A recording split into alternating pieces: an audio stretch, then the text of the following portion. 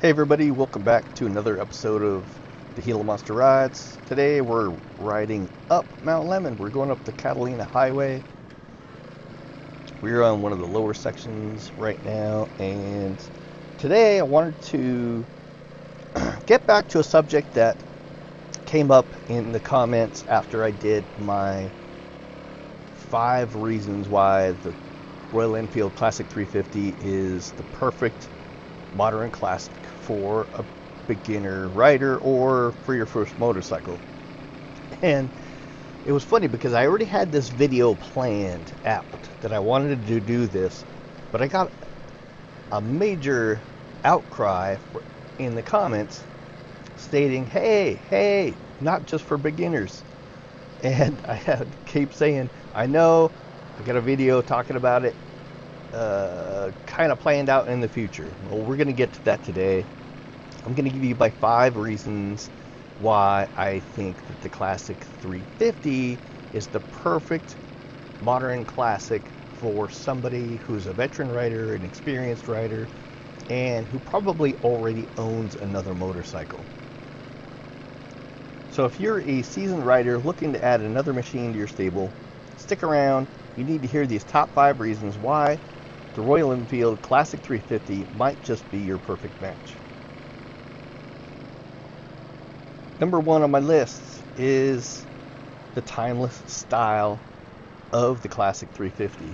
To be honest, the Classic 350 just oozes character. Its iconic design with its vintage lines straight out of the 50s, the teardrop tank, and its unmistakable thumping from that single-cylinder engine. In a world of cookie-cutter motorcycles, the Classic 350 stands out as a unique and stylish ride. Alright, on to reason number 2. It is built to endure. Royal Enfield has been making motorcycles since 1901. And even though this J Series engine has only been out for a couple of years, it has proven to be a very reliable engine. The motorcycle, some of the early speedometers did have some teething issues, I guess you could say. There were some patches of some bad speedometers. There's lots of theories out there what was causing the issue, but you would get your speedometer needle stuck, as the temperature fluctuated. I've honestly never had a problem with mine. There's a gentleman who just posted one of the Royal Enfield 350 groups, and he just passed 30,000 miles on his Classic 350.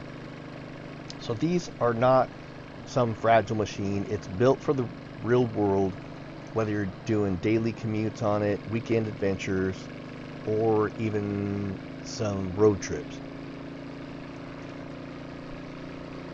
The reliability of the Royal Enfield 350 as a second bike adds, what am I trying to say?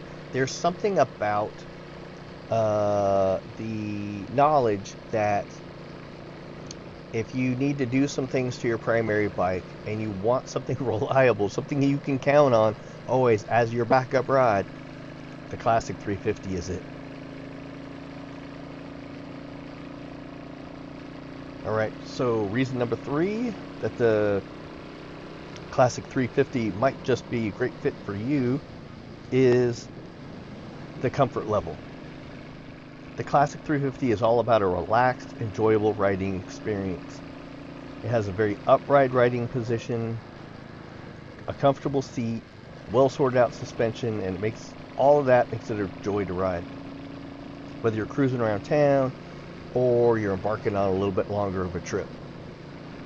I've personally done 100-mile days so far on mine, and although I have a little bit more aggressive riding position with my handlebar setup that I've put on the bike, I'm still very comfortable when I get to my destination. And that's important, if your second bike, this would be a very neutral bike for you to pick, compared to, say, you have a big Indian or a big Harley. or you ride a sport bike and you want just something really different, the neutral riding position of the Classic 350 makes it an absolute joy to ride. And speaking of, well, that actually takes us into reason number 4, is the Classic 350 is effortless to ride, and it has an engaging character when you're riding it. You can listen to the exhaust note here as we're going up Mount Lemmon. So don't let the Classic looks fool you. The Classic 350 is a very capable machine. Yes, it looks straight out of the 50s, but it's relative lightweight and very manageable handling. Make it maneuverable pretty much in any situation. You can basically turn this thing on a dime. As the Fuzzy Biker says, it turns on a dime and gives you 2 nickels.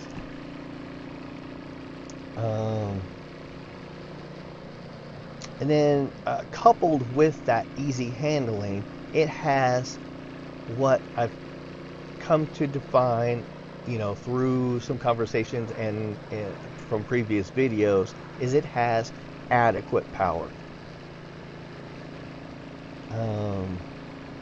Has enough power to keep things interesting, delivering, if you lay on the throttle, you're going to get there.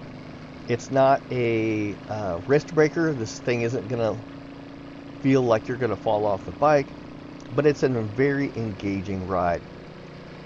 You will go through the gears. It's a very basic, back to basics motorcycle. And that just kind of makes it all that much more fun. So essentially my philosophy with the Classic 350 as a second bike is I'm picturing that you own a Harley or an Indian motorcycle.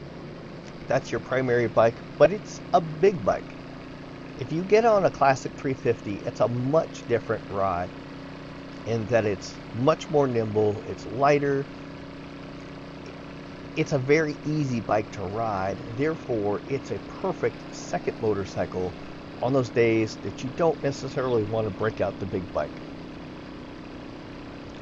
It's also perfect for, say, you have a buddy coming into town, and you're not going to take it in your primary bike,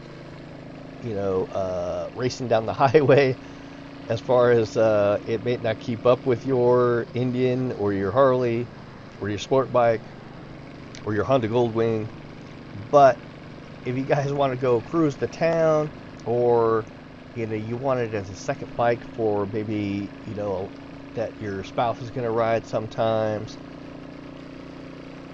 it fits all those scenarios perfectly for just a fun bike to get out on, or allow somebody else that's visiting or maybe living with you to ride on occasion, so that you can both go for a ride.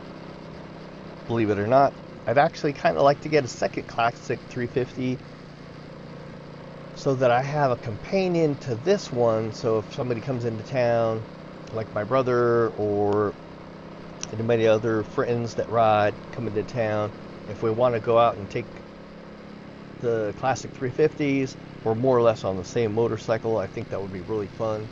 I think what I want to do though is I want to buy a Signals 350. This was actually the alternative version to what I'm building now.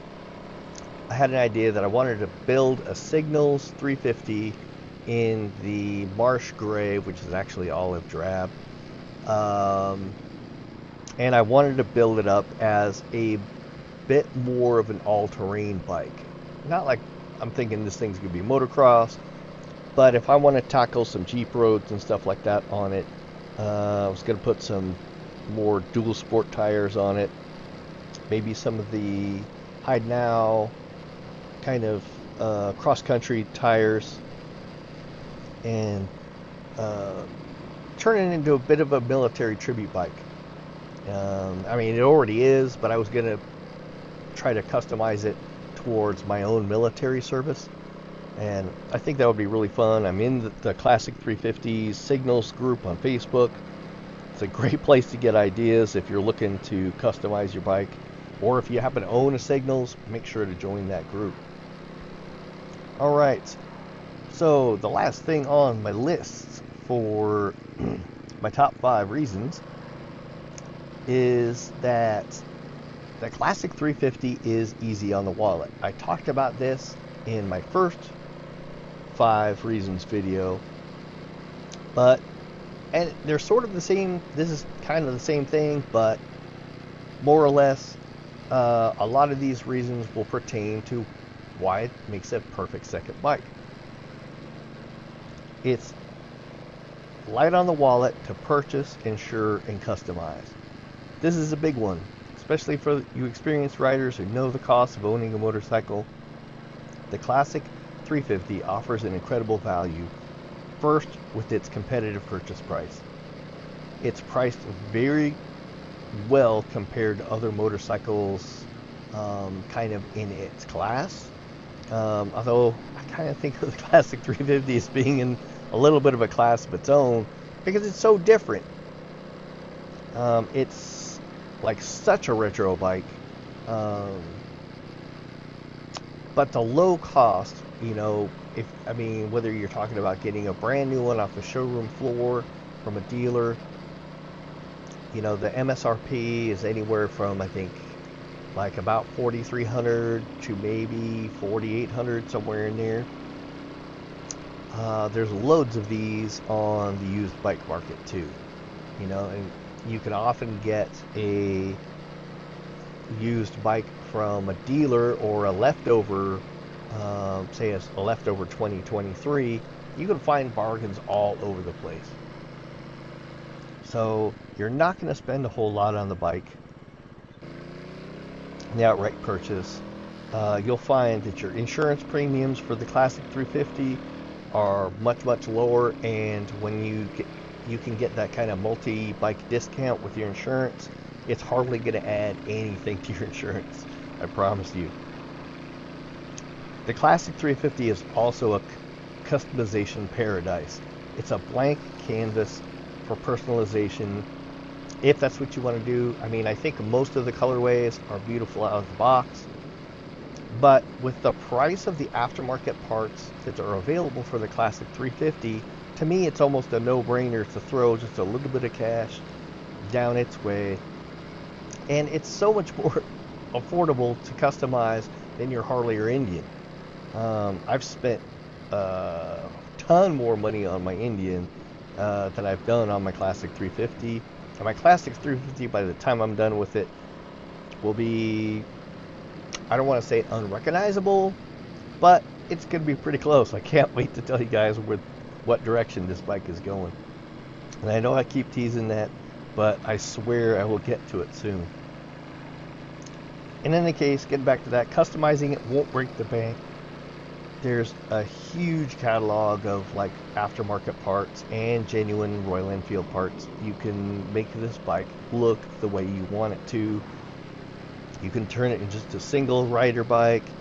You can switch out seats. A lot of people don't know this, but you can actually put the 350 bullet seats onto a Classic if that's what you want. You can get sprung seats like I've got. Pretty much the sky is the limit. So, there you have it. The Royal Enfield Classic 350, to me, is a compelling choice for experienced riders. It's a bike with style, substance, and affordability. If you're looking for a machine that offers a unique riding experience without emptying your wallet, the Classic 350 is definitely worth considering. What do you think of the Royal Enfield Classic 350? I know a bunch of people have commented about their rides with me, but if you happen to own another motorcycle, a bigger motorcycle, and a Classic 350, I kind of want to hear about your experience of what that's been like having it as your second bike. I personally, for me, my bigger bikes are the Indian Scout and my Interceptor 650.